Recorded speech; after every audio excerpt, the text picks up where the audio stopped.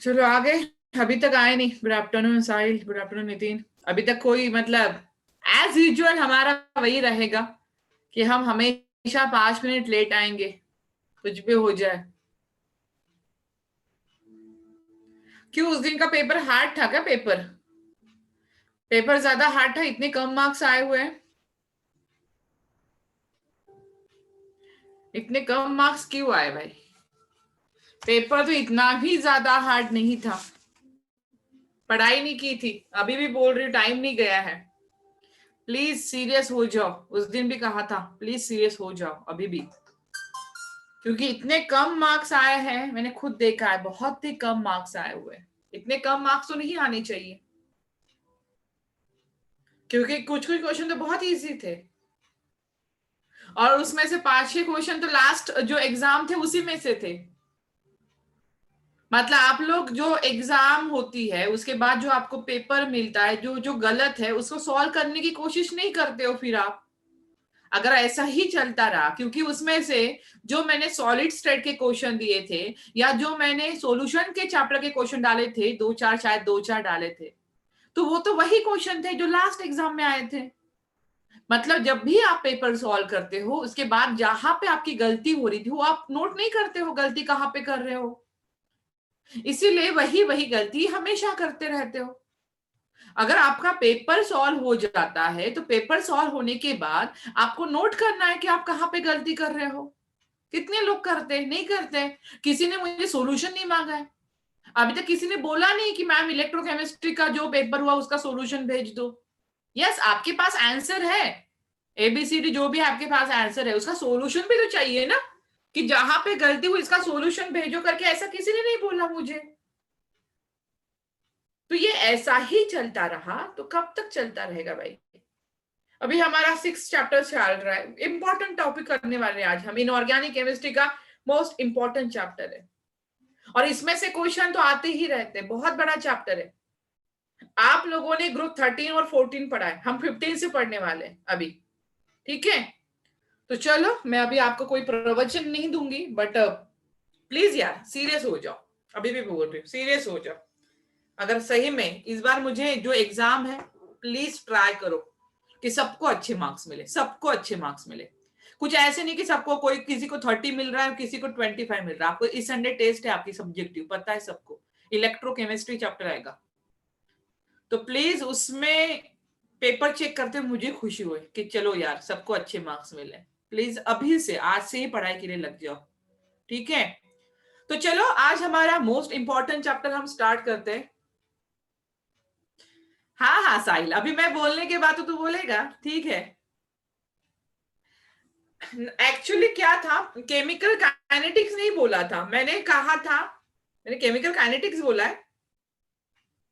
Electrochemistry बोला होगा शायद, क्योंकि आप लोगों को मैंने पूछा था, आप लोगों के कॉलेज में वो चैप्टर आने वाला है एग्जाम के लिए, तो हमने चेंज किया था। हमने चेंज किया था फिर, क्योंकि तुम लोग के स्कूल में या कॉलेज में जो एग्जाम होने वाली है उसमें इलेक्ट्रोकेमिस्ट्री चैप्टर आने वाला है, तो हमने चेंज कर दिया। एक बार मैं तब भी मैं कंफर्म कराती हूँ। एक बार मैंने क्या भेजा है पोर्शन में, एक बार कंफर्म कराती हूँ, ठीक है। आज कंफर्म करा देते हैं, चलो। तो हाँ, स्टार्ट करते हैं हम पी ब्लॉक एलिमेंट। ध्यान दो अभी, पी ब्लॉक एलिमेंट। अभी जो पी ब्लॉक एलिमेंट है ये इनऑर्गेनिक केमिस्ट्री का सबसे इंपॉर्टेंट चैप्टर है। हाँ Nitin, general properties and process of isolation of element, ये चैप्टर अगर मैं बोलूं तो लास्ट टाइम रिड्यूस कर दिया था। ये चैप्टर बोर्ड्स में नहीं था, लास्ट टाइम रिड्यूस किया था पूरा। तो मैं ये वेट कर रही हूँ क्या इस बार भी ये चैप्टर रिड्यूस होगा। ये जुलाई या अगस्त में आपका पोर्शन आ जाएगा। तो अगर ये चैप्टर रिड्यूस करेंगे तो हमें पढ़ के कोई मतलब नहीं है। नहीं तो ये चैप्टर मैं बाद में करूंगी, ये चैप्टर मैं लास्ट में करूंगी, क्योंकि अगर रिड्यूस हो गया और मैं बिना काम के मैं आपको पढ़ा रही हूं तो कोई मतलब नहीं रहेगा। ये हम चैप्टर करेंगे, लास्ट में करेंगे। तो पी ब्लॉक एलिमेंट क्या होता है? पी ब्लॉक एलिमेंट आपको पता है, if last electron enter if electron enter in a p orbital, if valence electron are enter in a p orbital is called as a p block element. तो P block element आप लोग 11th standard में group 13 and group 14 पढ़ चुके हो। 13 and 14 दो group कर चुके हो। अभी आपको 12th स्टैंडर्ड में 15 से लेके 18 तक पढ़ना है। जो 15 फैमिली होता है nitrogen family, 16 family is called as a oxygen family, 17 family is called as a halogen family and 18 family is called as a inert metal हम बोल सकते हो, inert gases बोल सकते हो, जीरो ग्रुप एलिमेंट या 18 ग्रुप्स एलिमेंट भी आप बोल सकते हो। 11th में शायद आप लोगों ने ग्रुप 13 पढ़ा है, ग्रुप 13 मतलब बोरॉन फैमिली, एंड ग्रुप 14 पढ़ा है, ग्रुप 14 मतलब कार्बन फैमिली। तो जस्ट हम चीजें, कुछ बेसिक चीजें यहाँ पे हम डिस्कस करेंगे, कुछ बेसिक चीजें हम डिस्कस करने वाले हैं। तो बेसिक चीजें मतलब क्या? अभी आप देखो कि कलेक्टिवली 13 ग्रुप नंबर 14, यहाँ पे 15 ग्रुप नंबर 16, 17 एंड 18, ये collectively called as a P block element. इनको क्या कहा जाता है? Collectively called as a P block element. ये ग्रुप 13 है। ग्रुप 13 जो होता है वो बोरॉन फैमिली होती है। ग्रुप 13 कौन सी फैमिली है? Boron family. यहाँ पे जो बोरॉन फैमिली। जो ग्रुप 14 होगी carbon family, nitrogen family, oxygen, यहाँ पे फ्लोरीन फैमिली, और यहाँ पे ये स्टार्ट होगा हेलियम से। ये कहां से स्टार्ट हो रहा है? हेलियम से, ये आप लोग जानते हो। तो यहाँ पे जो ग्रुप 13 से लेके ग्रुप 18 है called as P block element, ये कहां पे ऑक्युपाई करते हैं? ये ऑक्युपाई करते हैं right hand side of the periodic table. आप लोगों ने सबने पीरियोडिक टेबल देखा है। लेफ्ट हैंड साइड में एस ब्लॉक एलिमेंट, मिडल में होता है D block element, is also called as a transition element, वो भी हम पढ़ेंगे आगे। और राइट हैंड साइड में होता है पी ब्लॉक एलिमेंट, और इन नीचे जो लेवल होता है, दो ग्रुप्स जो होता है लैंथेनाइट्स एंड एक्टिनोइड्स, वो होते हैं आपके इनर ट्रांजिशन एलिमेंट। तो यहाँ पे हम पी ब्लॉक एलिमेंट्स की बात कर रहे हैं जो कि right hand side of the periodic table में होगा। अभी इसमें सब में एलिमेंट कौन कौन से? आपको सब एलिमेंट पता होना चाहिए कि कौन कौन से एलिमेंट प्रेजेंट है। तो यहाँ पे देखो, यहाँ पे आपकी बोरॉन फैमिली, आप लोगों ने बोरॉन फैमिली पढ़ी है। तो बोरॉन, एल्यूमिनियम, गैलियम, इंडियम, और यहाँ पे क्या होता है बेटा? थैलियम। यहाँ पे क्या होगा? थैलियम। याद है ना? Boron, aluminium, gallium, indium and thallium. अगर मैं ग्रुप 14 देखूं तो ग्रुप 14 कौन से? Carbon family. तो कार्बन, यहाँ पे आ जाएगा सिलिकॉन, यहाँ पे जर्मेनियम आता है, जर्मेनियम के बाद आएगा एसएन, और यहाँ पे पीबी। यहाँ पे क्या आ रहा है? पीबी। सबके नाम पता है। नाइट्रोजन, फॉस्फोरस, आर्सेनिक, यहाँ पे एंटीमनी, और यहाँ पे आता है बिस्मथ। एंटीमनी और बिस्मथ। ऑक्सीजन फैमिली में कौन कौन से एलिमेंट है? Oxygen, sulphur, selenium, tellurium and इसके बाद आता है पोलोनियम। उसके बाद आएगा पोलोनियम। यहाँ पे फ्लोरीन, क्लोरीन, ब्रोमीन, आयोडीन, और यहाँ पे आता है अस्टाटाइन। यहाँ पे क्या आएगा? अस्टाटाइन।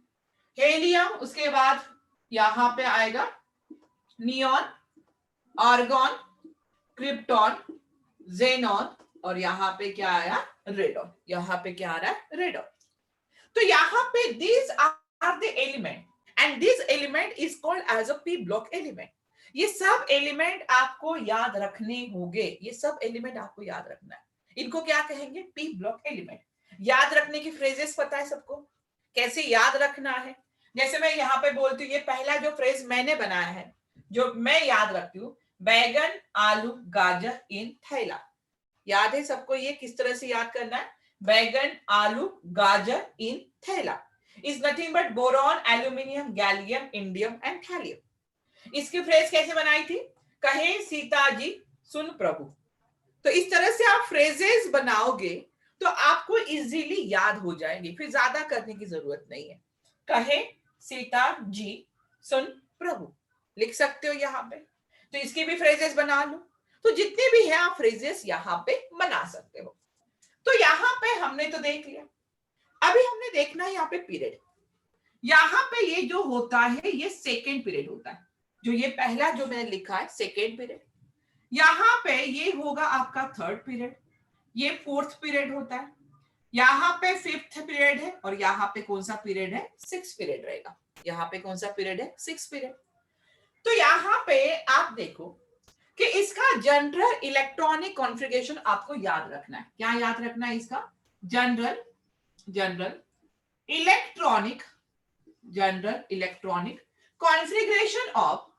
Configuration of p block element is ns2 np, कहां से, 1 से 6। आप देख रहे हो टोटल कितने ग्रुप्स है, 1 2 3 4 5 एंड 6। तो इसका जो आउटर मोस्ट इलेक्ट्रॉनिक कॉन्फ़िगरेशन है वो क्या है, मैं नीचे लिख दूं, यहां पे दिखाई नहीं दे रहा है, ns2 np 1 से कितना रहेगा बेटा, 6 रहेगा। ns2 np 1 to 6, मतलब यहाँ पे जो बोरॉन फैमिली है, यहाँ पे आपको जो बोरॉन फैमिली दिखाई दे रही है, इसका जो इलेक्ट्रॉनिक कॉन्फ़िगरेशन होता है ये होता है ns2 np1। आदर्श, ns2 क्या हुआ, ns2 np1। यहाँ पे जो कार्बन फैमिली है इसका इलेक्ट्रॉनिक कॉन्फ़िगरेशन है ns2 np2। अगर कुछ भी बातें नहीं समझ में आई तो पूछ लेना। यहाँ पे जो इलेक्ट्रॉनिक कॉन्फ़िगरेशन है ns2 np3, यहाँ पे क्या रहेगा, ns2 np4, then ns2 np5, और यहाँ पे हेलियम को छोड़ के, यहाँ पे हेलियम को छोड़ के जो बाकी का है configuration ns2 np6।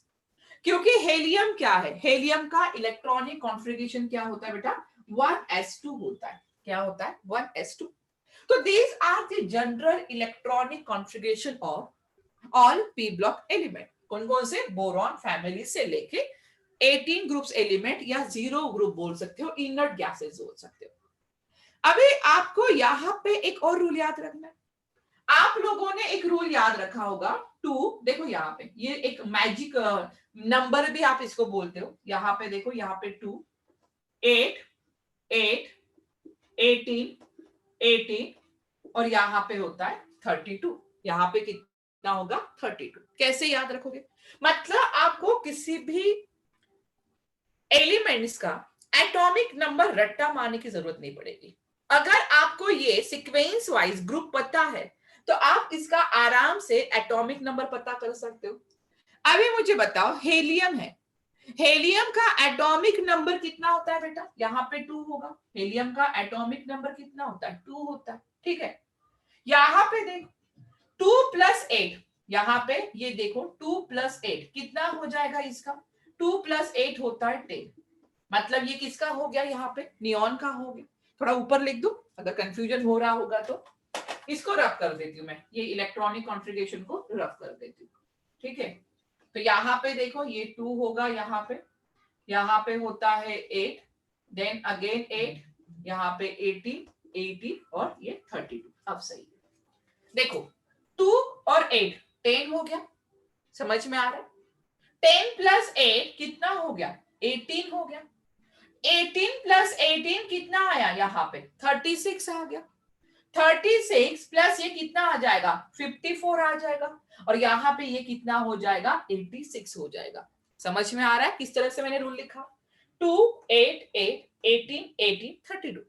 Number of maximum electron is given by the formula 2n²। आपको पता है number of electron is given by the formula 2n², और n² से क्या नंबर आ रहे हैं, 2 8 8 18 18 एंड 32।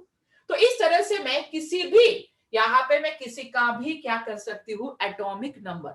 अभी देखो यहाँ पे 5 है, 5 + 8 कितना हो जाएगा, 13 हो जाएगा, ठीक है। 13 प्लस यहाँ पे अगर मैं 18 कर दूं तो 13 + 18 कितना हो जाएगा, यहाँ पे 18 तो ये हो जाएगा 31, ओके। अगर 31 + 18 अगर कर दूं तो यहाँ पे 49 हो जाएगा, एंड 49 + 32 कर दो तो अराउंड 9 10 80 81 आ जाएगा। मतलब किसी भी नंबर का आप एटॉमिक नंबर आराम से उस नंबर से कैलकुलेट कर सकते हो। यस, आपको पीरियड नंबर पता होना चाहिए। अभी मैंने ये तो जनरल इलेक्ट्रॉनिक कॉन्फ़िगरेशन लिखा, क्या लिखा है मैंने, ns2 np1 ns2 np2 ns2 np3, ये सब क्या है, जनरल इलेक्ट्रॉनिक कॉन्फ़िगरेशन है। अभी जनरल इलेक्ट्रॉनिक कॉन्फ़िगरेशन तो हमने लिख लिया है। अभी मुझे यहाँ पे देखो, अगर मुझे ये बोरॉन है, ये क्या है बेटा, बोरॉन है, और बोरॉन का मुझे इलेक्ट्रॉनिक कॉन्फ़िगरेशन लिखना है, तो बोरॉन कौन से फैमिली में, कौन से पीरियड में आ रहा है? सेकेंड पीरियड में। मतलब ये इसका कॉन्फ़िगरेशन क्या होगा? 2s2, यहाँ पे 2p1 होगा। इसका क्या होगा? 2s2, यहाँ पे सॉरी ये थर्ड है, तो 3s2, यहाँ पे 3p1 होगा। यहाँ पे ये फोर्थ फैमिली में है, तो ये 4s2 4p1 होगा। यहाँ पे ये क्या आ जाएगा? फिफ्थ फैमिली में है यहाँ पे, तो फिफ्थ में क्या आ जाएगा? 5s2 5p1, और यहाँ पे इसका क्या होगा? 6s2 6p1 आ जाएगा। तो इस तरह से आप किसी भी एलिमेंट का जनरल इलेक्ट्रॉनिक कॉन्फ़िगरेशन आराम से लिख सकते हो। क्लियर हो रहा है? किसी भी एलिमेंट का आप जनरल इलेक्ट्रॉनिक कॉन्फ़िगरेशन बिल्कुल। इसमें अगर मैं कुछ एलिमेंट की बात करूं, जैसे देखो यहाँ पे ये बोरॉन है, यहां से स्टार्ट करियो, बोरॉन है, यहाँ पे ये सिलिकॉन रहेगा, यहाँ पे ये जर्मेनियम है, यहाँ पे एसबी है, यहाँ पे क्या है? बिस्मथ है। देखो कहां से शुरुआत की मैंने? बोरॉन, यहाँ पे सिलिकॉन, आर्सेनिक रहेगा यहाँ पे, ठीक है। यहाँ पे ये देखो टेलोरियम है, और ये क्या है? पोलोरियम है। फिर से थोड़ा डार्क कर दो, दिखाई दे रहे सबको? कहां से लिया मैंने? बोरॉन से। Boron, silicon, arsenic, tellurium, polonium. यहाँ पे देखो ये वाली जो डार्क मैंने किया,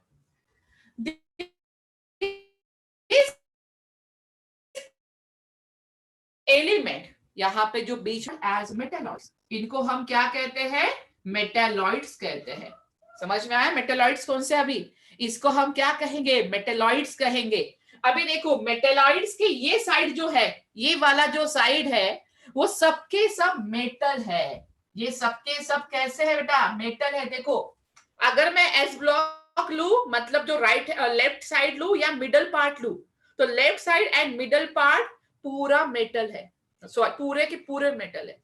बट जो पी ब्लॉक एलिमेंट है उसमें मेटल भी प्रेजेंट होता है, उसमें नॉन मेटल भी प्रेजेंट होता है, और उसमें मेटलॉइड्स भी प्रेजेंट होते हैं। तो जो मैंने बॉक्स किया वो मेटलॉइड्स हो गया आपके, यहाँ पे ये मेटल हो गया, और इस साइड में जितने भी आपके एलिमेंट है सबके सब क्या हो गए? नॉन मेटल हो गए।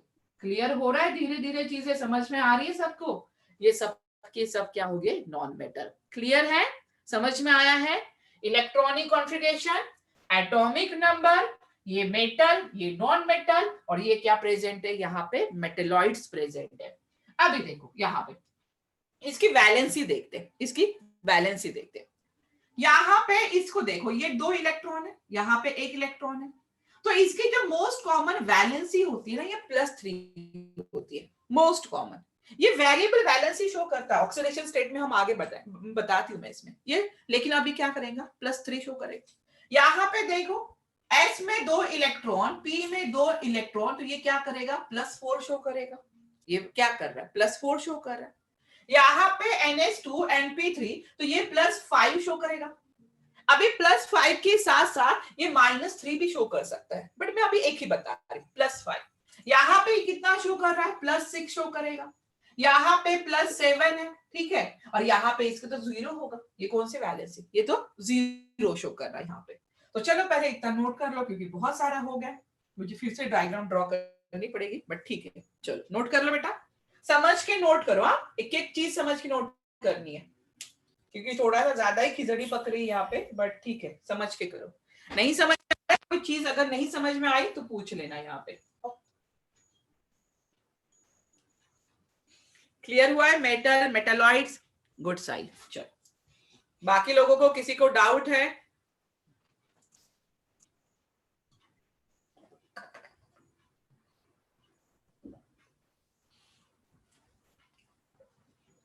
चलो हो गया है सबका?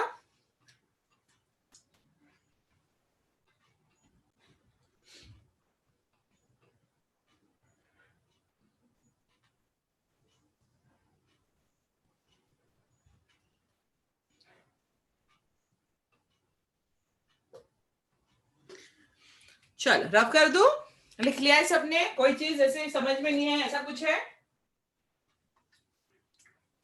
चलो नेक्स्ट डालते, रफ कर। आज मैं तो पहले जनरल कुछ एग्जांपल जो हमेशा काम में आते हैं ऐसे कुछ टर्म्स के बारे में यहाँ पे मैं पढ़ने वाली हूँ आज। उसके बाद हम ग्रुप बाय ग्रुप पढ़ेंगे 15 से लेके 18 तक। 13 और 14 आप लोगों का हो चुका है, उसको भी एक बार रिकॉल कर देना आप लोग, तो बेसिक आइडिया क्लियर हो जाएगा। चलो नेक्स्ट डालो बेटा, oxidation state and inert pair effect. पहला पॉइंट इंपॉर्टेंट है ये, ऑक्सीडेशन स्टेट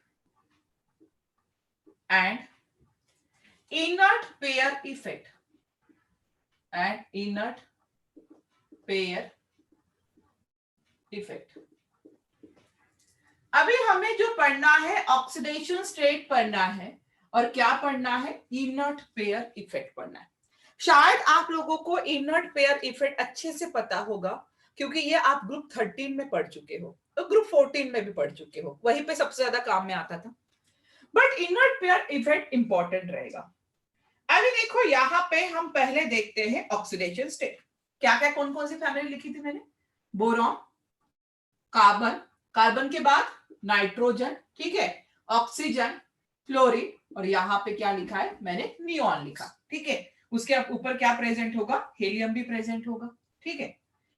तो यहाँ पे मैं अभी ये वाली फैमिली नहीं ले रही क्योंकि इसका ऑक्सीडेशन स्टेट से कोई ये नहीं कर रही। अभी मैंने यहाँ पे ग्रुप 13 टू ग्रुप 17 लिया हुआ।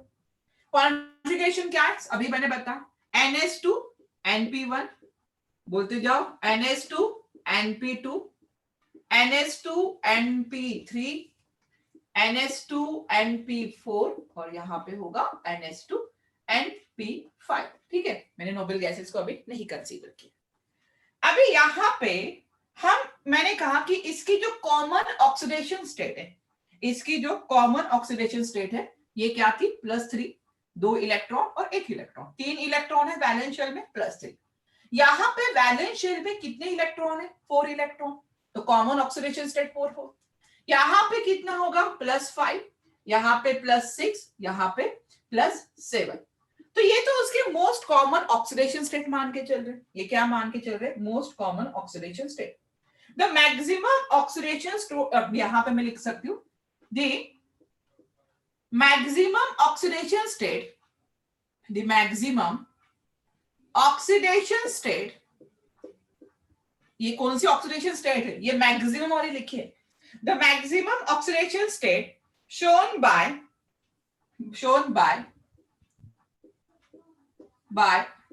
a p block element, shown by a p block element is equal to its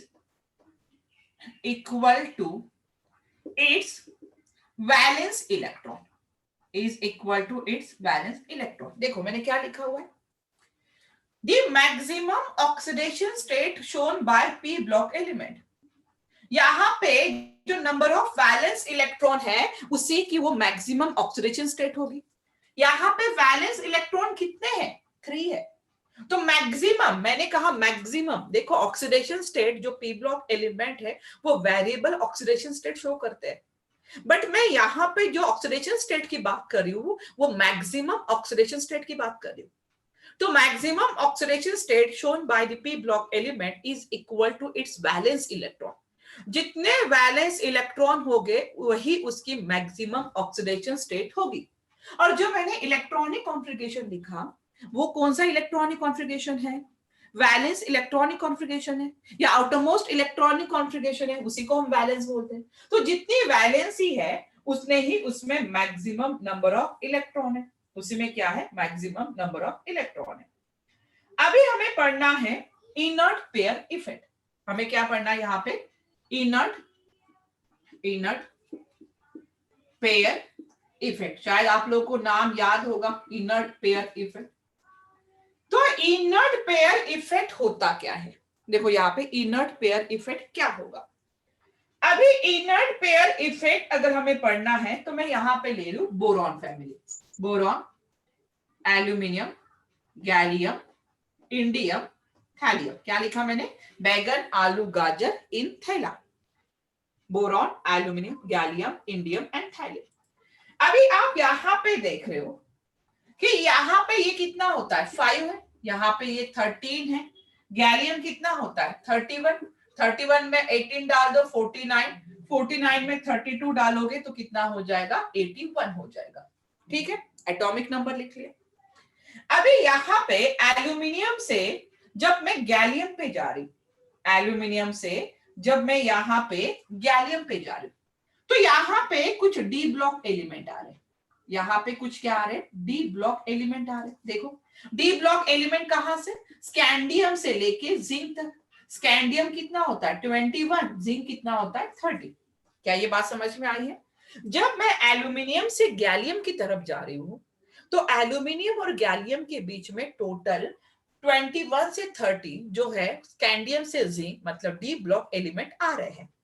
और वहीं पे अगर मैं इंडियम से थैलियम की तरफ जाऊं, अगर मैं यहाँ पे इंडियम से थैलियम की तरफ जाऊं तो यहाँ पे टोटल 14 लैंथेनॉइड्स एलिमेंट आते हैं। यहाँ पे क्या आ रहे 14 लैंथेनॉइड एलिमेंट्स बीच में आ रहे। क्या ये बात समझ में आ रही है? सबने पीरियोडिक टेबल देखा है?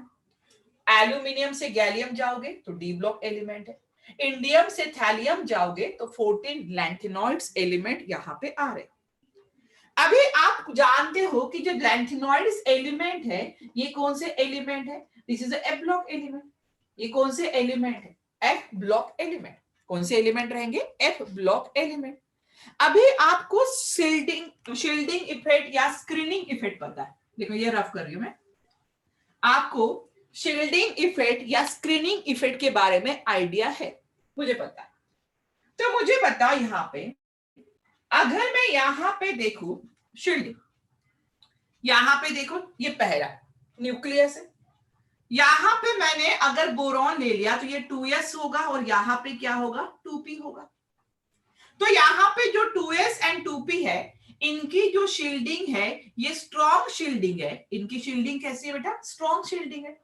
तो यहाँ पे शील्डिंग अगर स्ट्रॉन्ग होगी तो यहाँ पे ये और ये न्यूक्लियस एक दूसरे के पास नहीं आएंगे। समझ लो धीरे धीरे, अगर यहाँ पे इनकी शील्डिंग जो s ऑर्बिटल है इनकी शील्डिंग अगर स्ट्रॉन्ग है तो इसका जो इलेक्ट्रॉन है और ये पॉजिटिव चार्ज है इनके बीच में अट्रैक्शन कम होगा, क्योंकि ये क्या कर रहा है बहुत अच्छे से शील्ड कर रहा है। ये क्या कर रहा है बहुत अच्छे से शील्ड कर रहा है। लेकिन अगर मैं वही बात थैलियम के केस में देखूं, अगर वही बात हम थैलियम के केस में देखो, देखो यहाँ पे 6, यहाँ पे ये 6s है, यहाँ पे क्या होगा 6p होगा और इसके बाद भी होगा। और आप लोग जानते हो कि s orbital offer strong shielding effect as compare to p, as compare to d और f। मतलब सबसे जो कम शील्डिंग होती है या सबसे जो कम स्क्रीनिंग होती है वो किसका होता है, f ऑर्बिटल का। f orbital offer poor shielding effect, मतलब f ऑर्बिटल अच्छे से स्क्रीनिंग नहीं करता है। अभी देखो यहाँ पे हम दे रहे थैलियम का एग्जांपल, किसका एग्जांपल ले रहे थैलियम का। तो यहाँ पे 2 इलेक्ट्रॉन है, यहाँ पे 1 इलेक्ट्रॉन है। शील्डिंग कैसी है, पुअर शील्डिंग है। अगर पुअर शील्डिंग है तो ये न्यूक्लियस क्या करेगा, इस इलेक्ट्रॉन को अपने पास अट्रैक्ट करेगा, सब इलेक्ट्रॉन को क्या करेगा अपने पास अट्रैक्ट करेगा। और यहाँ पे जो Z इफेक्टिव है, जानते हो ना सब टर्म्स, यहाँ पे जो Z इफेक्टिव है वो क्या हो जाएगा बढ़ जाएगा। क्या बात समझ में आ रही है? यहाँ पे जो शील्डिंग इफेक्ट है पुअर शील्डिंग है, अगर शील्डिंग पुअर होगी तो ये जो न्यूक्लियस है वो आउटरमोस्ट इलेक्ट्रॉन को अपनी तरफ अट्रैक्ट करेगा। अगर ये आउटरमोस्ट इलेक्ट्रॉन इसकी तरफ अट्रैक्ट हो रहे हैं तो ये इलेक्ट्रॉन को एकदम टाइटली बाउंड करके रखेगा, उसको छोड़ेगा नहीं। लेकिन यहाँ पे जो शील्डिंग स्ट्रॉन्ग है तो यहाँ पे इतना ज्यादा Z इफेक्टिव नहीं है, यहाँ पे इतना ज्यादा Z इफेक्टिव नहीं है, तो यहाँ पे Z इफेक्टिव चार्ज कम है, इसीलिए यहाँ के ये 2 इलेक्ट्रॉन, यहाँ का ये 1 इलेक्ट्रॉन ये केमिकल बॉन्डिंग में पार्टिसिपेट करता है। यहाँ पे शील्डिंग स्ट्रॉन्ग नहीं है, शील्डिंग स्ट्रॉन्ग नहीं है, सॉरी यहाँ पे शील्डिंग कैसी है स्ट्रॉन्ग है। तो यहाँ पे न्यूक्लियस और ये आउटरमोस्ट इलेक्ट्रॉन है उसमें कुछ अच्छा खासा अट्रैक्शन नहीं रहेगा, तो ये तीनों के तीनों इलेक्ट्रॉन क्या करेंगे बॉन्डिंग में पार्टिसिपेट करेंगे। बट यहाँ पे शील्डिंग वीक है तो Z इफेक्टिव बढ़ रहा है, जेड इफेक्टिव बढ़ेगा तो ये न्यूक्लियस आउटर मोस्ट इलेक्ट्रॉन को अच्छे खासे अट्रैक्ट करके रखेंगे। तो ये क्या करेंगे, यहां से ये दो इलेक्ट्रॉन बॉन्डिंग में पार्टिसिपेट नहीं करेंगे। अगर ये दो इलेक्ट्रॉन बॉन्डिंग में पार्टिसिपेट नहीं करेंगे मतलब ये क्या हो जाएंगे बेटा, ये हो जाएंगे इनर्ट। ये क्या हो जाएंगे, इनर्ट हो जाएंगे, मतलब पार्टिसिपेट नहीं कर रहे। मतलब यहां से कितना इलेक्ट्रॉन बॉन्डिंग में पार्टिसिपेट करेगा, बेचारा एक ही इलेक्ट्रॉन बॉन्डिंग में पार्टिसिपेट करेगा। इसी को हम बोलते हैं इनर्ट पेयर इफेक्ट। इसी को हम बोलते हैं इनर्ट पेयर इफेक्ट। क्या हो रहा है, जो एस ऑर्बिटल में जो इलेक्ट्रॉन है, because of F orbital, because of poor shielding effect, ये बॉन्डिंग में पार्टिसिपेट नहीं करेंगे। तो जो 3 इलेक्ट्रॉन बॉन्डिंग में पार्टिसिपेट करने चाहिए थे, उसमें से एक ही इलेक्ट्रॉन अगर बॉन्डिंग में पार्टिसिपेट कर रहा है तो वो कितनी वैलेंसी शो करेगा, 1 ही वैलेंसी शो करेगा। मतलब जहां पे बोरॉन +3 वैलेंसी शो कर रहा है, वहीं पे थैलियम कौन सी वैलेंसी शो करने में पसंद करेगा, +1 शो करेगा। क्लियर हुआ है इनर्ट पेयर इफेक्ट। हाँ, यहाँ पे क्या होता है कि जो एस ऑर्बिटल होते हैं ना, वो न्यूक्लियस के पास होते हैं। डी ऑर्बिटल न्यूक्लियस से दूर रहते हैं, इसीलिए वो अच्छी खासी स्क्रीनिंग नहीं करते, उनका शील्डिंग पावर कम हो जाता है। ओके नितिन, बाकी सबको समझ में आया? चलो लिख के दो, लिख लो, कुछ पॉइंट लिखते हैं इसमें, राइट डाउन। ये इफेक्ट कहां से कहां तक होगा, देखो ये इफेक्ट बोरॉन से लेके नाइट्रोजन तक की है। ये बोरॉन से नाइट्रोजन है, ऑक्सीजन फैमिली, फ्लोरीन फैमिली ये इफेक्ट शो नहीं करता है। क्यों नहीं शो करते हैं मैं आगे बताती हूं। राइट डाउन, लिखो। In P block element, write down, in P block element when we move down, in p block element when we move down the group, when we move down the group from 5th to 6th period, कौन सा period, from 5th to 6th period, कौन से इसमें मैं बात कर रही हूँ 5th to 6th पीरियड में, when we move down the group from 5th to 6th period element, there exist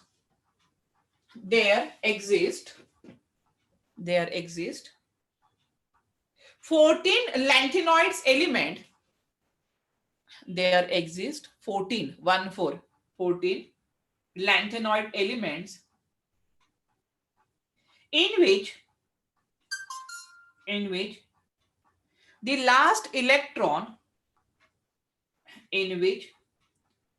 last electron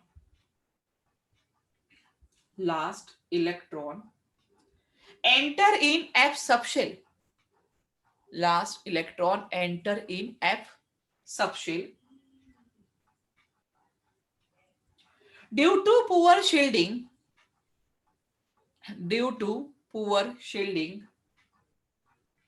provided by F orbital,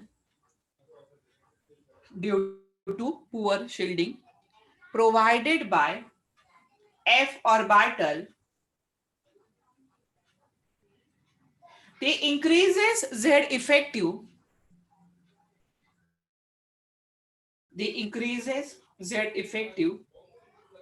applies more attraction on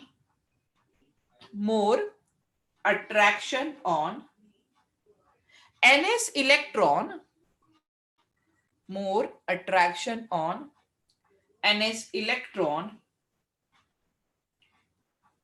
as a result of which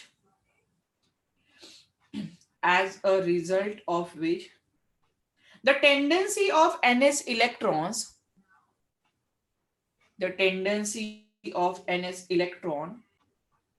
to participate in bonding,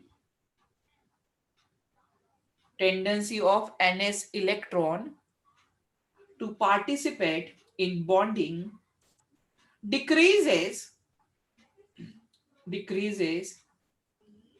and this effect is called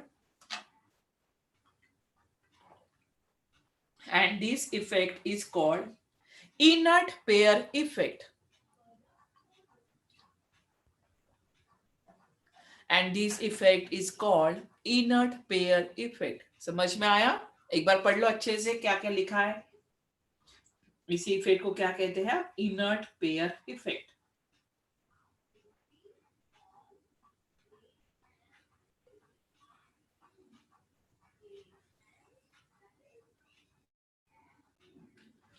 चलो start करें. अभी थोड़ा सा आगे बढ़ते हैं. ये रब कर दो इतना.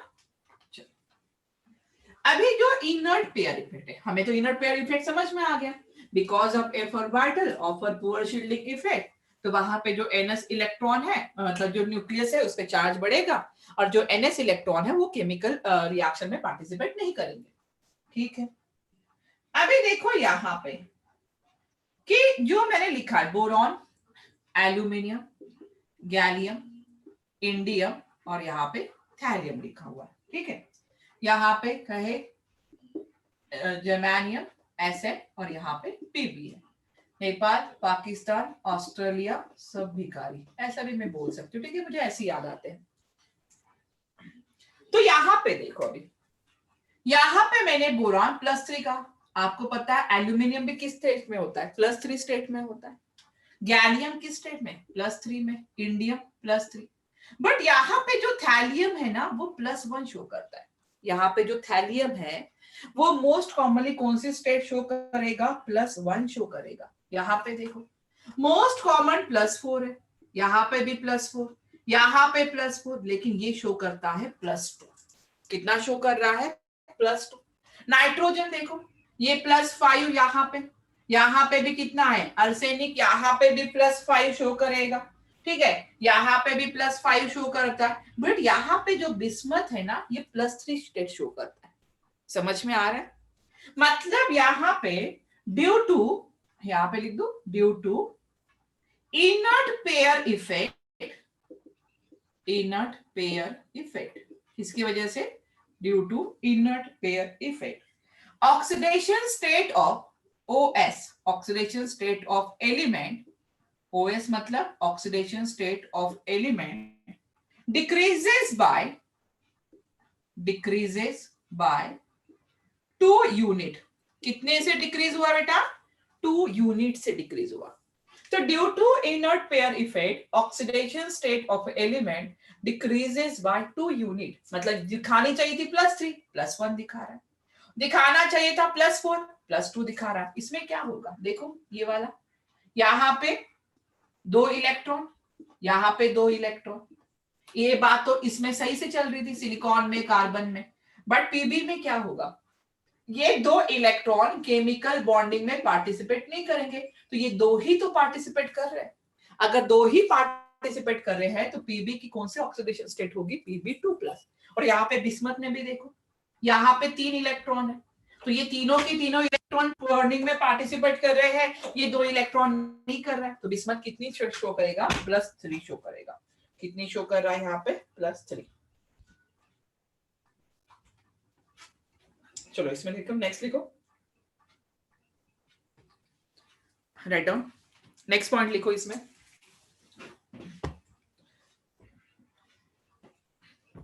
The tendency to show, write down, the tendency to show inert pair effect, the tendency to show inert pair effect increases, the tendency to show inert pair effect increases on moving down the group, on moving down the group, as a result of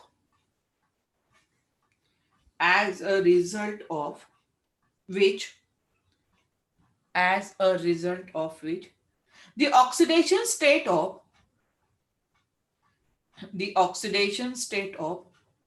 lower element, the oxidation state of lower element decreases by 2 units.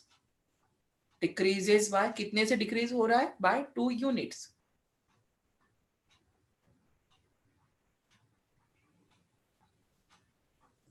Next point लिखो, उसी में continue में next point. As a result of inert pair effect, as a result of inert pair effect, the tendency to show,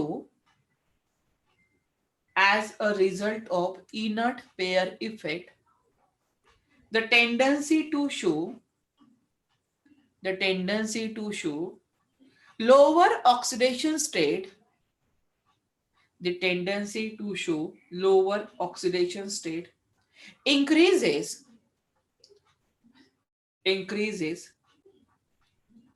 and therefore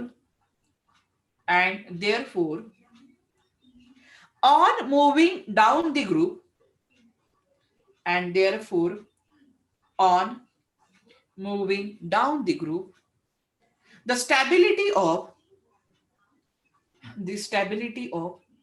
lower oxidation state increases. The stability of lower oxidation state increases. मतलब आपको अगर shortcut में याद रखना है, अगर आपको shortcut में याद रखना है, ये रब कर दो थोड़ा सा, किसी एक फैमिली को साथ में रखो, बोरॉन, कोई भी बोरॉन से लेके नाइट्रोजन तक। अगर आपको इजीली याद करना है तो आप कैसे याद रखोगे? जो हायर एलिमेंट है, हायर एलिमेंट मतलब जो टॉप पे है, जो हायर एलिमेंट है उसके लिए जो हायर ऑक्सीडेशन स्टेट है वो स्टेबल होगी, उसके लिए हायर ऑक्सीडेशन स्टेट स्टेबल होगी।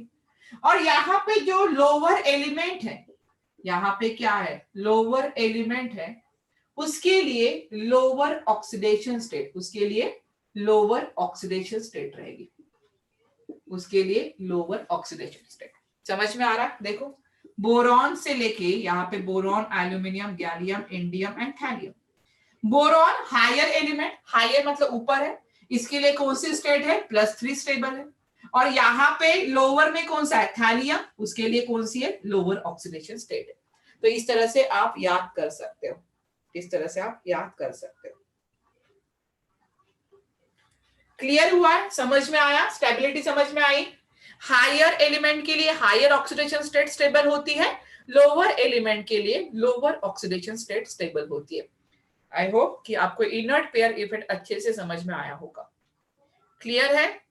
क्वेश्चन करें, एक क्वेश्चन करते हैं, अगर समझ में आया है तो इजी है। चलो, हायर के लिए हायर ऑक्सीडेशन स्टेट स्टेबल होगी, लोअर के लिए लोअर ऑक्सीडेशन स्टेट स्टेबल होती है।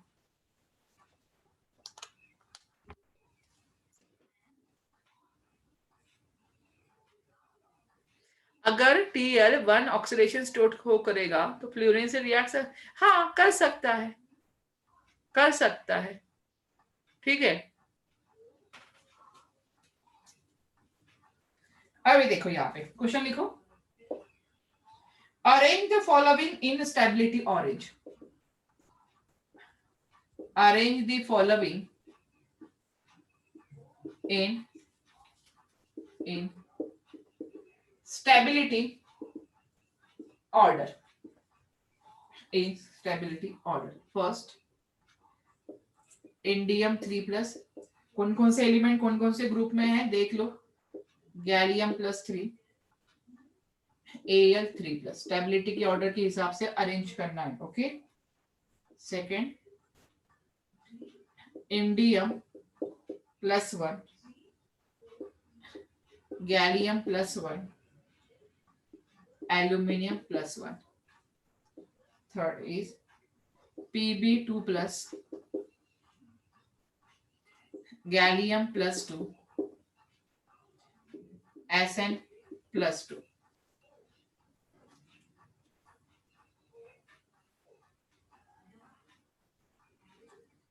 गैलियम नहीं होगा, जी होगा यहाँ पे। Fourth arsenic +5, Sb +5, bismuth +5। And fifth example, PB plus 2, PB plus 4, most stable. साहिल, उसमें भी देखो एक्सेप्शन होगा, हम आगे पढ़ेंगे। फ्लोरीन एनोमलस बिहेवियर शो करता है, तो उसमें भी एक्सेप्शन आएगा। ठीक है, हम आगे पढ़ेंगे।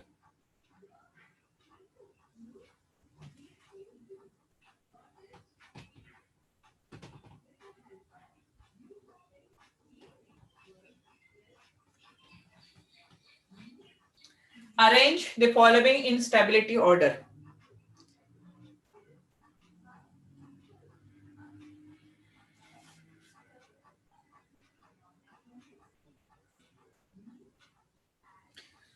आप लोग डालोगे, आंसर डालते जाओ, सब लोग ट्राई करो। फैमिली पता चल गई है, बोरॉन से लेके फ्लोरीन तक।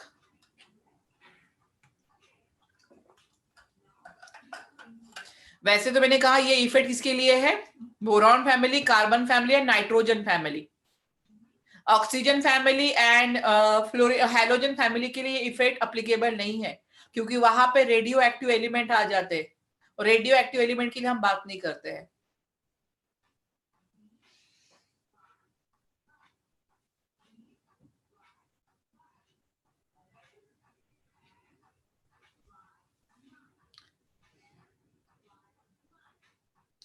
उल्टा नहीं कर दे नितिन, तूने उल्टा नहीं कर दिया। Good Sharvari, very good.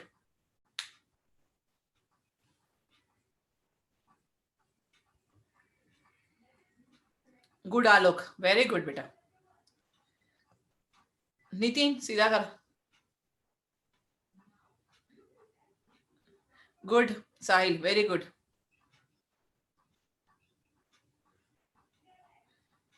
Good Pratik. Element देखते जाओ और बताते जाओ। सबने आंसर करना है। स्नेहा आंसर करो। Good Alok. Sharvari good. Abhijit, Sanket, Sakshi answer नहीं आ रहे आपके। आदर्श,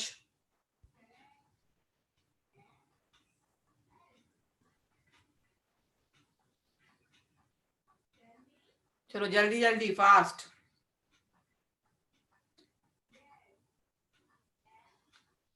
अथर्व पूरा हो गया, फिफ्थ तक हो गए। गुड, वेरी गुड बेटा, ट्राई किया, वेरी गुड। ट्राई करते जाओ, आ ही जाएगा। ठीक है, थोड़ा सा गलत होगा, क्या प्रॉब्लम है, कंसेप्ट समझ में आया है तो बाकी कोई प्रॉब्लम नहीं है।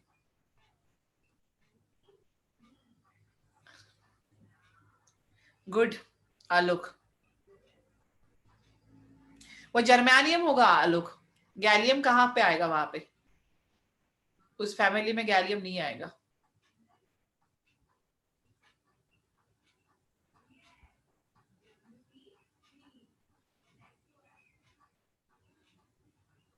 गुड शर्वरी, कोई बात नहीं आलोक। बाकी क्या कर रहे हो, बाकी लोगों को, सत्यम, स्नेहा, आंसर डालो भाई, आंसर करो ना, मुझे पता होना चाहिए कि आप लोग को समझ में आ रहा है नहीं आ रहा है। गुड सूरज।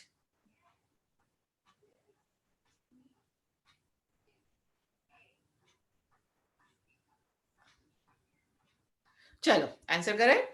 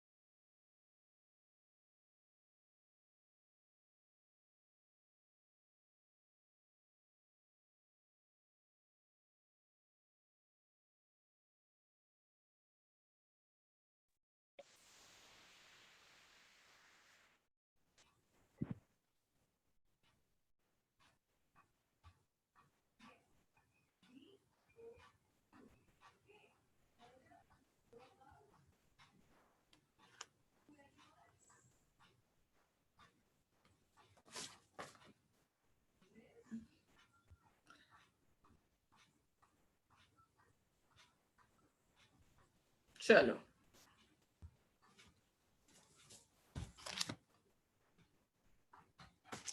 ठीक है, तो क्या कर रहे थे हम, एग्जाम्पल ले रहे थे। तो यहाँ पे क्या एग्जाम्पल लिया था, चलो सेकेंड, इसमें +1 स्टेट है, मतलब लोअर ऑक्सीडेशन स्टेट है, लोअर एलिमेंट। तो लोअर एलिमेंट कौन सा होगा, इंडियम होगा, इंडियम +1। उसके बाद गैलियम आएगा तो +1 है, एल्यूमिनियम वो भी क्या रहेगा, +1। ठीक है, +1। एल्यूमिनियम की कौन सी स्टेबल होती है, +3 स्टेबल होती है। अभी यहाँ पे पीबी है, जर्मेनियम है, एसएन है, +2 स्टेट शो कर रहा है। तो आपको पता है यहाँ पे क्या होगा, पीबी सबसे पहले आएगा। यहाँ पे क्या आएगा, पीबी, जो कॉमन लोअर वाला होगा वो पीबी होगा। उसके बाद यहाँ पे कहेगा जी, यहाँ पे एसएन आ जाएगा, एसएन 2+, और उसके बाद क्या आएगा, जर्मेनियम 2+। यहाँ पे देखो +5 है, +5 है मतलब हायर ऑक्सीडेशन स्टेट शो कर रहा है।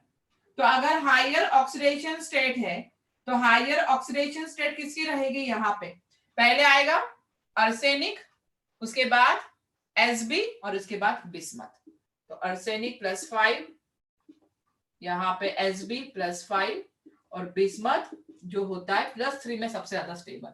पीबी ये सबसे नीचे वाला एलिमेंट है, लोअर एलिमेंट, तो लोअर ऑक्सीडेशन स्टेट स्टेबल होगी, तो Pb2+ ज्यादा स्टेबल होगी as compare to Pb4+। Okay, चलो आगे बढ़ते हैं। समझ में आई यहां तक? यहां तक किसी को डाउट है, समझ में नहीं आया, ऐसा कुछ है? चलो और एक क्वेश्चन करते हैं। अभी देखो इसी के इस पे एक क्वेश्चन पूछा जाता है, एक जनरल बोली, कभी कभी पी ब्लॉक में ये जनरल प्रॉपर्टीज के ऊपर बहुत ज्यादा क्वेश्चन आते हैं। अभी क्वेश्चन देखो, which is better oxidising agent, which is better oxidising agent. पहला है SN4+, SN4+, और एक है Pb4+। अभी यहां पे पूछा है कि which is better oxidising agent. What is mean by oxidising agent? Oxidising agent क्या होगा? ऑक्सीडाइजिंग एजेंट मतलब ये ऑक्सीडाइज अदर, ये दूसरे को क्या करेगा, ऑक्सीडाइज करेगा, एंड रिड्यूस इटसेल्फ, और क्या करेगा, ये रिड्यूस करेगा itself, that is called as oxidising agent. अगर हमें ऑक्सीडाइजिंग एजेंट देखना है तो आप देखो यहाँ पे कि SN4+ किस में कन्वर्ट हो जाएगा, ये खुद क्या होगा, रिड्यूस होगा, ये खुद क्या होगा, रिड्यूस होगा। तो SN4+ किस में चला जाएगा, SN2+ में चला जाएगा, और जो Pb4+ है वो भी किस में चला जाएगा, Pb2+ में चला जाएगा। सही है ना, Pb4+ किस में चला जाएगा, Pb2+ में। तो यहाँ पे आप देख रहे हो इसकी मोर ऑक्सीडेशन स्टेट है, यहाँ पे क्या है, मोर ऑक्सीडेशन स्टेट है। तो यहाँ पे इसकी जो मोर ऑक्सीडेशन स्टेट है वो क्या होगी, स्टेबल होगी, वो क्या होगी, स्टेबल होगी। और यहाँ पे इसकी ये +4 क्या होती है, लेस स्टेबल है, +4 क्या है, लेस स्टेबल है। और यहाँ पे Pb2+ क्या है, लोअर ऑक्सीडेशन स्टेट है, तो ये क्या रहेगी, मोर स्टेबल है। भाई ये लेस स्टेबल है, ये मोर स्टेबल में जा रहा है, तो इसको तो अच्छा लगेगा। ये इसकी ऑक्सीडेशन स्टेट यहाँ पे जो लेस स्टेबल है वो अगर स्टेबल होने जा रहा है तो उसको तो अच्छा आएगा, उसको तो मजा आएगा। मतलब ये क्या होगा, Pb4+ Pb2+ में कन्वर्ट होने की कोशिश करेगा, होगा जरूर, क्योंकि उसको स्टेबल होना है। बट ये पहले से स्टेबल है और ये अनस्टेबल फॉर्म में जाना क्यों करेगा, हम बोलेगा नहीं जाना है मुझे अनस्टेबल, मैं खुद स्टेबल हूं यहाँ पे, मैं क्यों जाऊं भाई। तो जो इजीली इलेक्ट्रॉन को गेन करेगा और जो इजीली क्या करेगा, रिड्यूस करेगा, वही बेटर ऑक्सीडाइजिंग एजेंट होगा। तो Pb4+ क्या रहेगा, बेटर ऑक्सीडाइजिंग एजेंट रहेगा। तो Pb4+ is a better oxidising agent. Pb4 क्या है, बेटर ऑक्सीडाइजिंग एजेंट है। क्या बात समझ में आ रही है, समझ में आया ऑक्सीडाइजिंग एजेंट क्यों है ये, किसी को डाउट है? ऑक्सीडाइजिंग एजेंट ऑक्साइड अदर, और क्या होगा यहाँ पे, रिड्यूस इटसेल्फ, यहाँ पे क्या होगा, रिड्यूस इटसेल्फ, इसका खुद का क्या हो रहा है, रिडक्शन हो रहा है। ओके शर्वरी,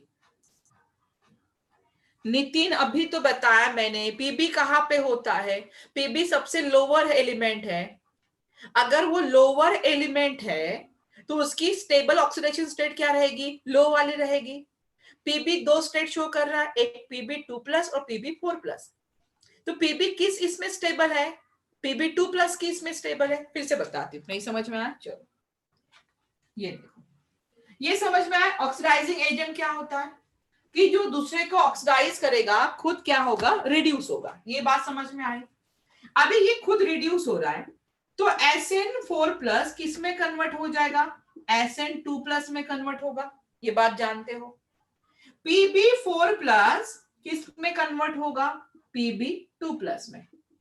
ठीक है, अभी मुझे बताओ, जो SN4+ है, SN की 4+ ऑक्सीडेशन स्टेट है, तो ये क्या होगा? इसकी जो ऑक्सीडेशन स्टेट है, हायर ऑक्सीडेशन स्टेट है, तो ये क्या हो जाएगा बेटा? स्टेबल है, क्योंकि ये हायर एलिमेंट है, ऊपर है ना, और ऊपर में हायर ऑक्सीडेशन स्टेट स्टेबल होती है, तो ये अपने आप में स्टेबल है।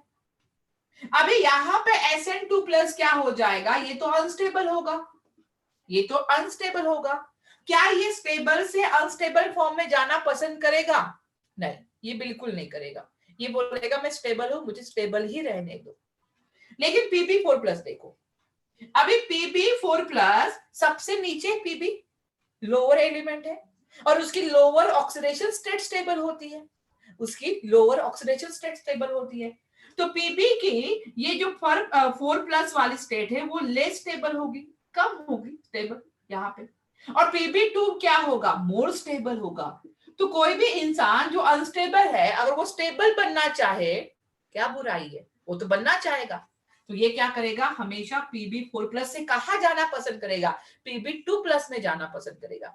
अगर ये Pb2+ में जा रहा है मतलब वो इजीली क्या हो रहा है? खुद रिड्यूस होना चाह रहा है। अगर वो रिड्यूस होना चाह रहा है मतलब वो क्या है? बेटर ऑक्सीडाइजिंग एजेंट है। वो क्या रहेगा? Better oxidising agent. Okay, clear हुआ है अभी सबको? शर्वरी, साक्षी, क्लियर है? चलो, अब कोई डाउट नहीं है ना? तो ये हो गया हमारी इनर्ट पेयर वाली बातें। किसकी बातें होगी? इनर्ट पेयर और ऑक्सीडेशन स्टेट वाली बातें।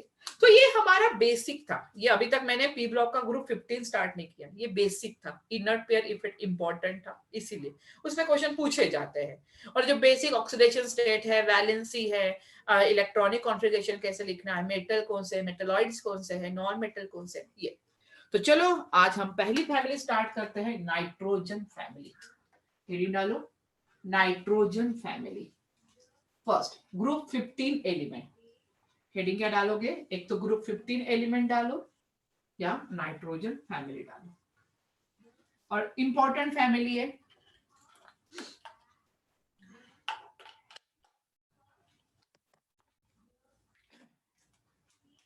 कौन सा? Group 15 element. जो ग्रुप 15 एलिमेंट है उसको कौन सी फैमिली कहते हैं? Nitrogen family. इसको हम कहेंगे नाइट्रोजन फैमिली। एक पूरी फैमिली है, ठीक है। अभी ग्रुप 15 नाइट्रोजन फैमिली कौन कौन से? नाइट्रोजन, फॉस्फोरस, आर्सेनिक, एंटीमनी और क्या है? बिस्मथ। ये एलिमेंट प्रेजेंट है, nitrogen, phosphorus, arsenic, antimony and bismuth. Nitrogen and phosphorus ये नॉन मेटल होते हैं। ये कैसे बेटा? नॉन मेटल, ठीक है। आर्सेनिक एंड एंटीमनी ये दोनों कैसे होते हैं? दोनों मेटेलॉइड्स है। दोनों क्या है यहाँ पे? मेटेलॉइड्स है। और जो बिस्मथ है, बिस्मथ होता है मेटल। मतलब ग्रुप नाइट्रोजन फैमिली में या ग्रुप 15 एलिमेंट, और उसके साथ साथ मेटेलॉइड्स भी प्रेजेंट है, याद रखना है आपको। This family is called as pnicogens. नाम याद रखना, this family is called as pnicogens. Why this is called as pnictogens?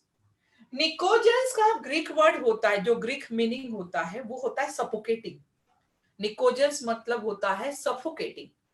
आपको पता है नाइट्रोजन, अमोनिया, कभी आप कॉलेज में लैब से जाते हो तो वहां पे बहुत सफोकेटिंग स्मेल आती है, तो वो किसकी वजह से होती है? अमोनिया की वजह से होती है।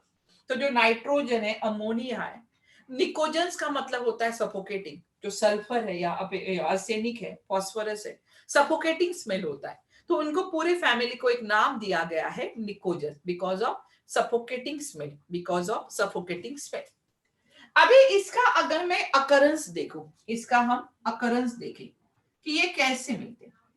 अगर मैं यहाँ पे अकरेंस की बात करूं, तो जो नाइट्रोजन होता है वो एटमॉस्फेयर में N2 गैसेस फॉर्म में पाया जाता है। जो कि नाइट्रोजन होता है वो एटमॉस्फेयर में N2 के फॉर्म में पाया जाता है। और जहां पे फास्फोरस होता है, फास्फोरस P4 फॉर्म में, और ये सॉलिड फॉर्म में पाया जाता है। सिर्फ नाइट्रोजन गैसेस फॉर्म में होता है, बाकी सब सॉलिड फॉर्म में होते हैं। नाइट्रोजन गैसेस फॉर्म में, रिमेनिंग सब किसके फॉर्म में होगी? सॉलिड फॉर्म में। जहां पे नाइट्रोजन N2 के फॉर्म में पाया जाएगा, फास्फोरस किस फॉर्म में पाया जाता है? P4 की फॉर्म में पाया जाता है। अभी यहाँ पे देखो नाइट्रोजन की प्रॉपर्टीज क्या है। अभी जो नाइट्रोजन है वो स्मॉल इन साइज है। नाइट्रोजन कैसा है? स्मॉल इन साइज है। जो पहले एलिमेंट है सेकेंड पीरियड में, जो सब पहले एलिमेंट है उनकी साइज बहुत छोटी है। तो स्मॉल साइज है, तो यहाँ पे जो ओवरलैपिंग होगी कैसी होगी? मोर ओवरलैपिंग होगी। जितना साइज छोटा उतनी ही ओवरलैपिंग अच्छी होगी। और यहाँ पे ओवरलैपिंग अच्छी होने के कारण यहाँ पे जो बॉन्ड फॉर्म करता है, ये कौन सा बॉन्ड फॉर्म करता है या बॉन्डिंग करता है? P pi bonding. आप लोगों ने ये बॉन्डिंग पढ़ी है, P pi bonding in chemical bonding में। तो नाइट्रोजन गैसेस स्टेट में क्यों है? Because nitrogen is small in size, and because of small in size they do more overlapping and form p pi bonding. अभी एक nitrogen atom है यहाँ पे और दूसरा नाइट्रोजन एटम, ये दोनों नॉन पोलर है।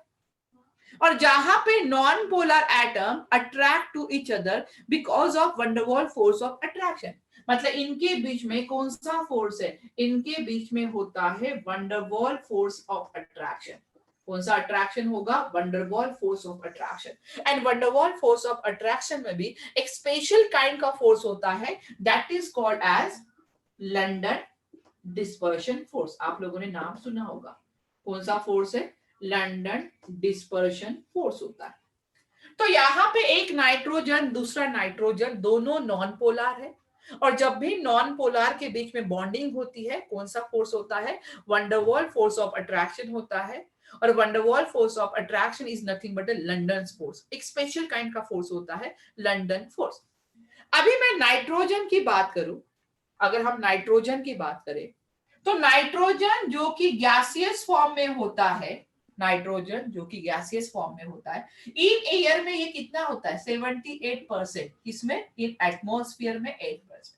अगर आपने देखा है तो एटमॉस्फेयर में नंबर ऑफ गैसेस प्रेजेंट है, उसमें सबसे ज्यादा जो गैस होती है वो नाइट्रोजन गैस होती है 78%, और 21% ऑक्सीजन प्रेजेंट होता है। तो एटमॉस्फेयर में एयर में नाइट्रोजन कितना परसेंट प्रेजेंट है? 78% प्रेजेंट है। नोट करो।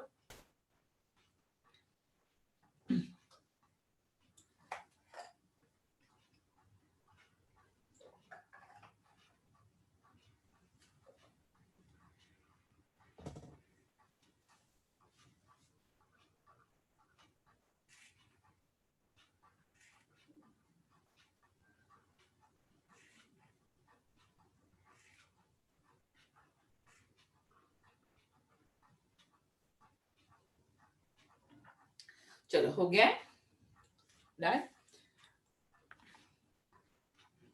रफ कर रही हूं।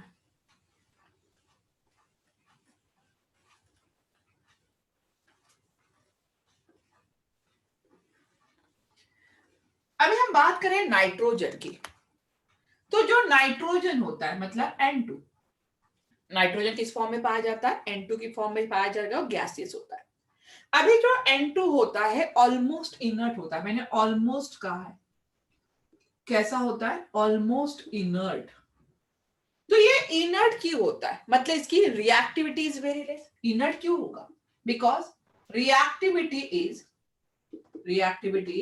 Very less. अभी इसकी रिएक्टिविटी क्यों कम है? भाई मैंने पहले कहा nitrogen is almost inert. Yes, almost inert है. ऑलमोस्ट इनर्ट क्यों है? Because reactivity is very less. आपको पता है कि नाइट्रोजन N2 फॉर्म में, गैसेस फॉर्म में पाया जाता है, और नाइट्रोजन क्या करता है? पी पाई बॉन्डिंग फॉर्म करता है. अगर nitrogen P pi bonding form करेगा तो वो मल्टीपल बॉन्ड फॉर्म करेगा. कैसा बॉन्ड फॉर्म करेगा? मल्टीपल. तो N triple bond N bond form करता है. अभी मुझे बताओ, 3 बॉन्ड को अगर ब्रेक करना है तो एनर्जी बहुत ज्यादा देनी पड़ेगी. तो यहां पे जो बॉन्ड डिसोसिएशन एनर्जी है बहुत ज्यादा हाई होती है. Bond dissociation energy, bond dissociation energy कैसी होगी बेटा? हाई होगी. क्या ये बात समझ में आ रही है?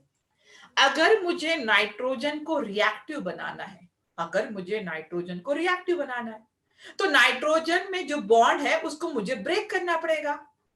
अभी नाइट्रोजन के बीच में ट्रिपल बॉन्ड है. अगर ट्रिपल बॉन्ड है तो उसको ब्रेक करने के लिए मुझे ज्यादा एनर्जी देनी पड़ेगी. Is nothing but bond dissociation energy. अगर बॉन्ड डिसोसिएशन एनर्जी है तो वो क्या रहेगा? ऑलमोस्ट इनर्ट रहेगा, क्योंकि इतनी एनर्जी हम देते नहीं है. तो वो क्या रहेगा? ऑलमोस्ट इनर्ट होगा. इनर्ट मतलब किसी के साथ इजीली रिएक्ट नहीं होता है. ठीक है, समझ में आया? नाइट्रोजन N2 की फॉर्म में पाया जाता है, गैसियस होता है. क्यों गैस होता है? Because of small size, more overlapping are there. One N2 molecule exists with interact with another N2 molecule through a van der Waals force of attraction. Weak force of attraction होता है तो वो किस form में रहेगा? Gaseous form में. N2 कैसा है? इनर्ट है. क्यों इनर्ट है? बिकॉज वहां पे N ट्रिपल बॉन्ड N होता है, बॉन्ड डिसोसिएशन एनर्जी हाई रहेगी, इसलिए वो क्या करेगा? इजीली किसी के साथ रिएक्ट नहीं करेगा. ओके, तो this is all about nitrogen के बारे में. अभी हमें यहां पे बात करनी है P4 के बारे में, मतलब फॉस्फोरस के बारे में. यहां पे हम बात करेंगे अभी फॉस्फोरस के बारे में. सेकेंड, फॉस्फोरस किस फॉर्म में पाया जाता है? P4 की फॉर्म में पाया जाएगा. P4 की फॉर्म में पाया जाता है. कैसा होता है? ये सॉलिड होता है. ये कैसा होगा? सॉलिड होगा. और यहाँ पे ये नेचुरली व्हाइट फॉस्फोरस होता है. इसका नाम है व्हाइट होता है.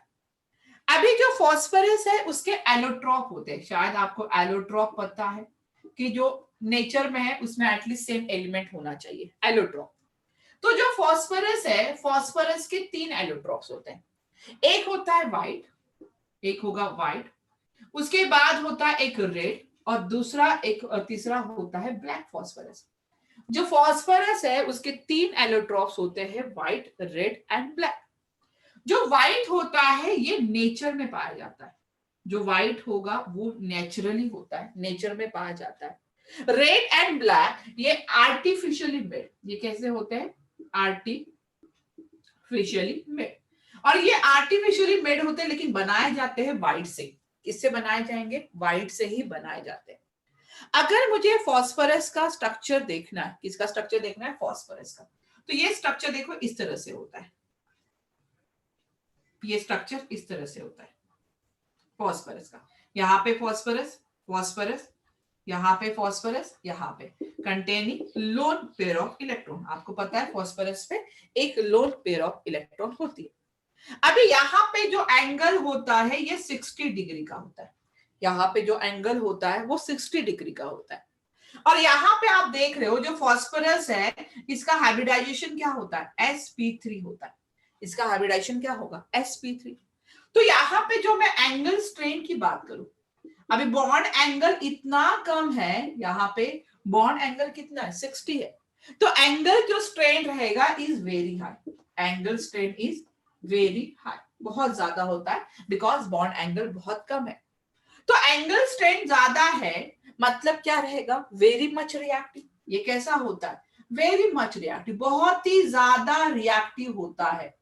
अगर फॉस्फोरस सराउंडिंग में कहीं पे पड़ा हुआ है, अगर फॉस्फोरस कहीं पे पड़ा हुआ है तो ये इजीली एयर के साथ या ऑक्सीजन के साथ कंबाइन हो जाता है और ये करस्पॉन्डिंग ऑक्साइड बनाता है P4O10.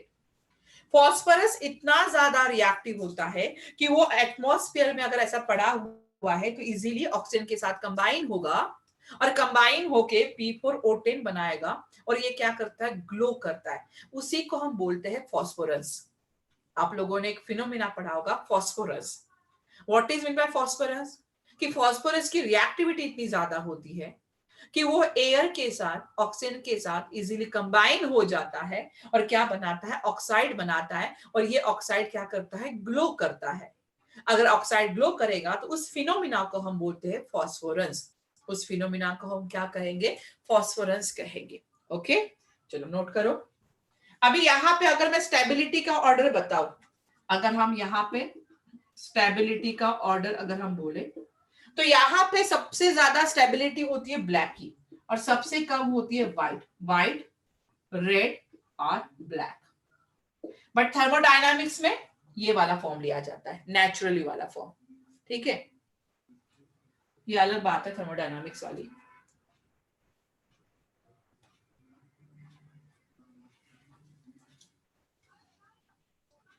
छोटी छोटी बातें हैं लेकिन क्लियर करनी है। और प्लीज पढ़ाई करना शुरू कर दो अगर नहीं किया अभी भी तो।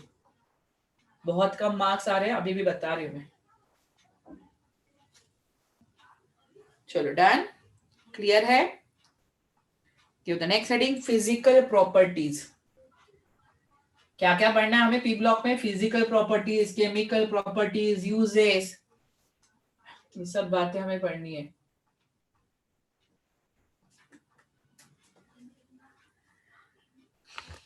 चलो रफ कर दो।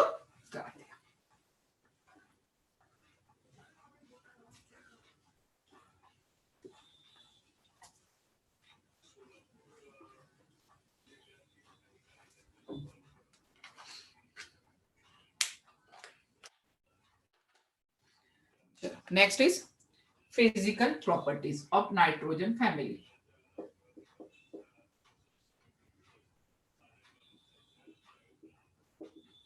Physical properties.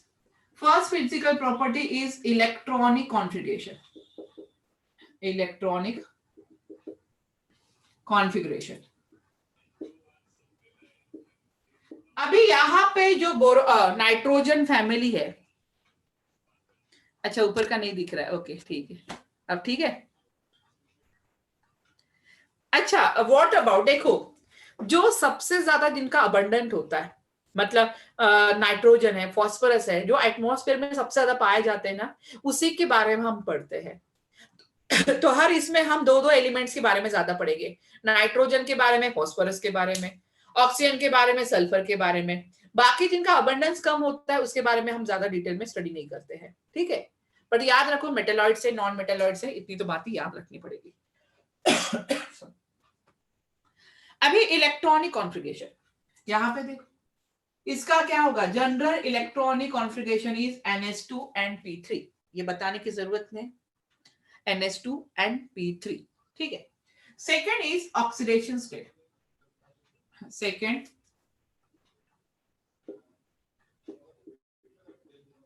Oxidation state. अभी मैंने कहा था जो पी ब्लॉक एलिमेंट होते हैं वो वेरिएबल ऑक्सीडेशन स्टेट शो करते हैं। तो यहां पे ऑक्सीडेशन स्टेट ये होती है -3 से +5 तक। कितनी होगी? -3 से +5 तक। आपको पता है कि जो NH3 है, NH3 में ऑक्सीडेशन स्टेट ऑफ नाइट्रोजन कितनी होती है? -3। कितनी होगी? -3 होगी। और वहीं पे अगर मैं PCl5 का एग्जांपल ले रही हूं तो ऑक्सीडेशन स्टेट क्या होती है? +5। ऑक्सीडेशन स्टेट क्या होगी? +5। अगर यहाँ पे नाइट्रोजन -3 के फॉर्म में पाया जाता है तो उसको हम नाइट्राइट कहते हैं। उसको आप क्या कहोगे? That is called as a nitrite. अगर यहाँ पे फास्फोरस -3 के फॉर्म में पाया जाता है तो this is called as a phosphide. उसको हम क्या कहेंगे? This is called as a phosphide. तो यहाँ पे जो ऑक्सीडेशन स्टेट होती है, अभी देखो ना, अगर मैंने इलेक्ट्रॉनिक कॉन्फ़िगरेशन लिखा है NH2 and P3, हो सकता है ये यहाँ पे पांचों के पांचों इलेक्ट्रॉन दे दे। अगर 5 के 5 इलेक्ट्रॉन दे रहा है तो +5। या तो हो सकता है कि ये 5 इलेक्ट्रॉन है, किसी और से 3 इलेक्ट्रॉन ले ले और अपना ऑक्टेट कंप्लीट कर ले। अगर किसी और से 3 इलेक्ट्रॉन ले रहे हैं तो -3। मतलब हो सकता है ना, क्या करना है उनको, ऑक्टेट कंप्लीट करना है भाई। एक तो इलेक्ट्रॉन दे दो पूरे की पूरे, तब भी ऑक्टेट कंप्लीट हो जाएगा। एक तो इलेक्ट्रॉन किसी और से ले लो, तब भी ऑक्टेट कंप्लीट हो जाएगा। तो यहाँ पे इस तरह से होगा।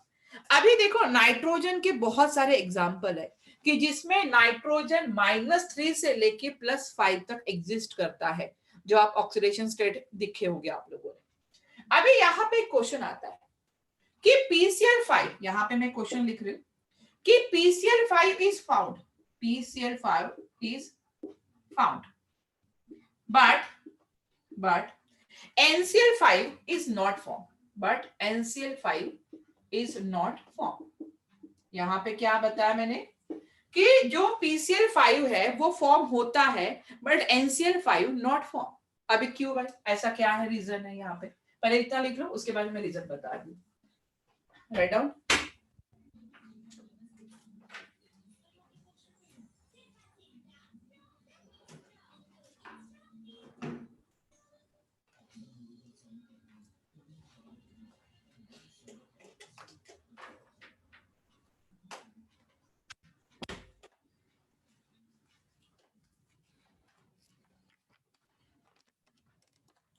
लिख लिया है, चलो क्या क्वेश्चन है।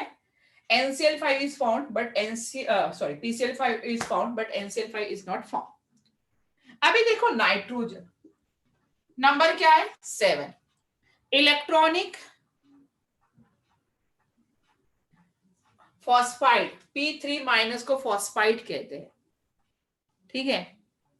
नहीं नहीं अभी तक +5 का कुछ नहीं आया, उसी का मैं बताती हूँ बाद में धीरे धीरे। अभी यहाँ पे 1s2 2s2 और 2p क्या रहेगा, 4 हो गया, ये 3 हो गया, 2p 3 होगा। अभी nitrogen atom does not have vacant D orbital, nitrogen atom does not have vacant d orbital। अगर इसके पास वैकेंट डी ऑर्बिटल नहीं है नाइट्रोजन के पास, तो ये अपना ऑक्टेट एक्सटेंड नहीं कर सकता है। ये अपना because of absence of vacant D orbital ये अपने वैलेंसी को एक्सटेंड नहीं करेगा। ये हमेशा NCl5 नहीं फॉर्म करेगा, ये हमेशा NCl3 ही फॉर्म करता है। ये हमेशा नाइट्रोजन क्या फॉर्म करेगा, NCl3 ही फॉर्म करेगा। और लेकिन फास्फोरस में वैकेंट डी ऑर्बिटल प्रेजेंट होते हैं, तो वहां पे ये क्या करेगा, अपनी वैलेंसी को एक्सटेंड करेगा, और वैलेंसी को एक्सटेंड करके क्या फॉर्म करेगा, PCl5 भी फॉर्म कर सकता है। क्या फॉर्म करेगा, PCl5 भी फॉर्म करेगा। ओके चलो नोट करो।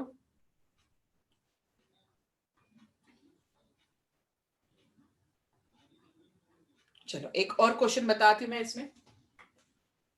नेक्स्ट फिजिकल प्रॉपर्टी लिखो, नंबर 3 डाल दो, ऑक्सीडेशन स्टेट में ही, या चलो ऑक्सीडेशन स्टेट में ही रहने दो, इसी में कंटिन्यू करो। देखो सेकेंड क्वेश्चन कि BiF3 इज फॉर्म्ड, इसका आंसर बोलना। BiF3 is formed but BiF5 is not formed, is not formed। क्या रीजन होगा, कोई बता सकता है? शर्वरी क्या नहीं समझा, क्या नहीं समझा बताओ। मैंने कहा कि जो नाइट्रोजन होता है, देखो जो पहले एलिमेंट है, ऑक्सीजन हो गया, नाइट्रोजन हो गया, फ्लोरीन हो गया, इनके पास वैकेंट डी ऑर्बिटल प्रेजेंट नहीं होता है। अगर वैकेंट डी ऑर्बिटल प्रेजेंट नहीं है तो वो अपनी वैलेंसी को एक्सटेंड नहीं कर सकते हैं, उनकी वैलेंसी लिमिटेड होती है, तो इसीलिए वो ज्यादा हायर नंबर के साथ बॉन्डिंग नहीं कर सकते। NCl3 देखो नाइट्रोजन की वैलेंसी कितनी है यहाँ पे -3, तो यहाँ पे नाइट्रोजन कितना होगा, यहाँ पे हम नाइट्रोजन को बोलेंगे तो वो सिर्फ 3 ही क्लोरीन के साथ रिएक्ट करता है, because of absence of vacant D orbital. जितने ज्यादा वैकेंट डी ऑर्बिटल उतनी ही वैलेंसी को एक्सटेंड करेंगे और उतने ही बड़े बड़े मॉलिक्यूल्स फॉर्म करेंगे। चलो यहाँ पे देखो BiF3 is form but BiF5 is not. क्या रीजन होगा इसका, इसका रीजन क्या होगा?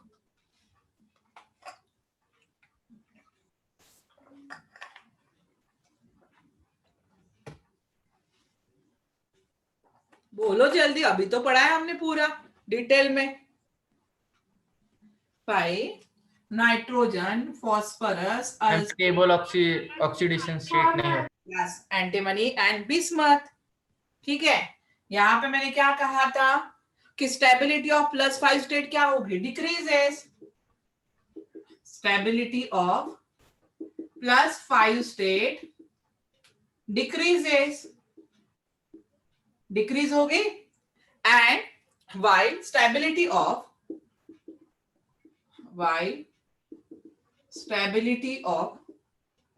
+3 इंक्रीजेस, +3 क्या होगी, इंक्रीजेस। मतलब Bi+3 ज्यादा स्टेबल होगा किससे, Bi+5 से। अगर ऐसा है तो इसको कौन सा इफेक्ट बोलते हैं, because of inert pair effect. अभी ये बोलने की जरूरत थी मुझे, तभी किसी को नहीं आ रहा था। चलो एक को आगे, because of inert pair effect. Clear हुआ है अभी, अभी समझ में आया इनर्ट पेयर इफेक्ट। इस तरह के क्वेश्चन होते हैं कि BiF3 तो फॉर्म हो रहा है बट BiF5 नहीं फॉर्म हो रहा है, क्योंकि यहाँ पे जो Bi है वो +3 के फॉर्म में है, यहाँ पे जो Bi है वो किस फॉर्म में है, +5 के फॉर्म में है। और Bi की स्टेबिलिटी किसमें ज्यादा रहेगी, +3 में ज्यादा स्टेबल है, यहाँ पे +5 में अनस्टेबल है। तो BiF5 नहीं फॉर्म करेगा, क्या फॉर्म करेगा, BiF3 ही फॉर्म करेगा। क्लियर है, समझ में आया है। चलो next is atomic radius. Next property atomic radius, रब कर दू।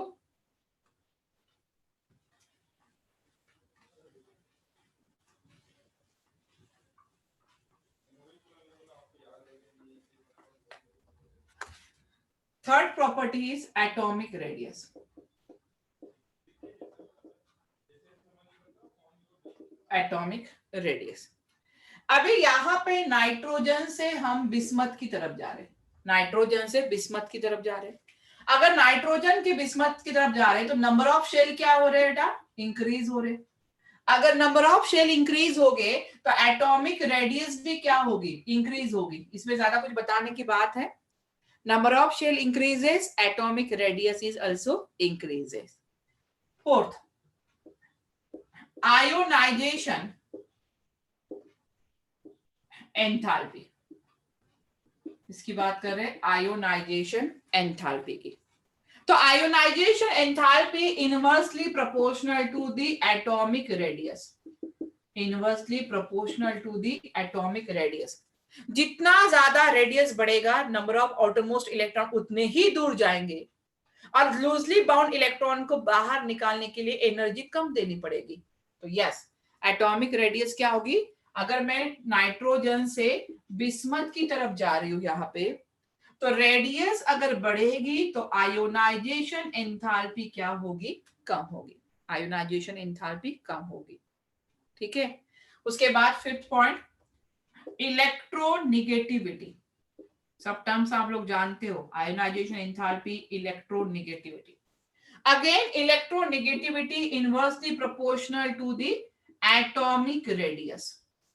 इलेक्ट्रोनिगेटिविटी क्या होता है, to attract the shared paired electron toward itself. तो यहाँ पे अगर आप नाइट्रोजन से बिस्मथ की तरफ जा रहे हो तो अगर एटॉमिक रेडियस बढ़ रही है तो इलेक्ट्रोनिगेटिविटी क्या होगी, डिक्रीज होगी। इलेक्ट्रोनिगेटिव डिक्रीज क्या होती है, डिक्रीज। यहाँ पे अगर देखो तो Sb और बिस्मथ इन दोनों की इलेक्ट्रोनिगेटिविटी ऑलमोस्ट सेम होती है, ऑलमोस्ट। ये भी 1.9 होता, ये भी ऑलमोस्ट 1.9 के करीब ही आ जाता है। तो यहाँ पे इनकी डेंसिटी कम होगी। Number of shell increases, atomic radius increases, inversely proportional है तो radius increases, ionisation enthalpy decreases. यहाँ पे भी इनवर्स, ये 95 केसेस में inversely proportional to the atomic radius होता है, तो वहां पे भी हो जाएगा। क्लियर है, यहां तक क्लियर हुआ है, समझ में आया सब। तो ये हो गई आपकी फिजिकल प्रॉपर्टीज। कौन सी प्रॉपर्टीज होगी, फिजिकल प्रॉपर्टीज। नेक्स्ट लेक्चर में हम केमिकल प्रॉपर्टीज स्टार्ट करेंगे। ओके, एक बार पढ़ के आ जाना तो हम चीजें आगे आसानी से कर सकते हैं। तो चलो बाय एवरीवन, मिलते हैं नेक्स्ट क्लास में। ओके। चलो बाय, पढ़ाई करो बस, बाय।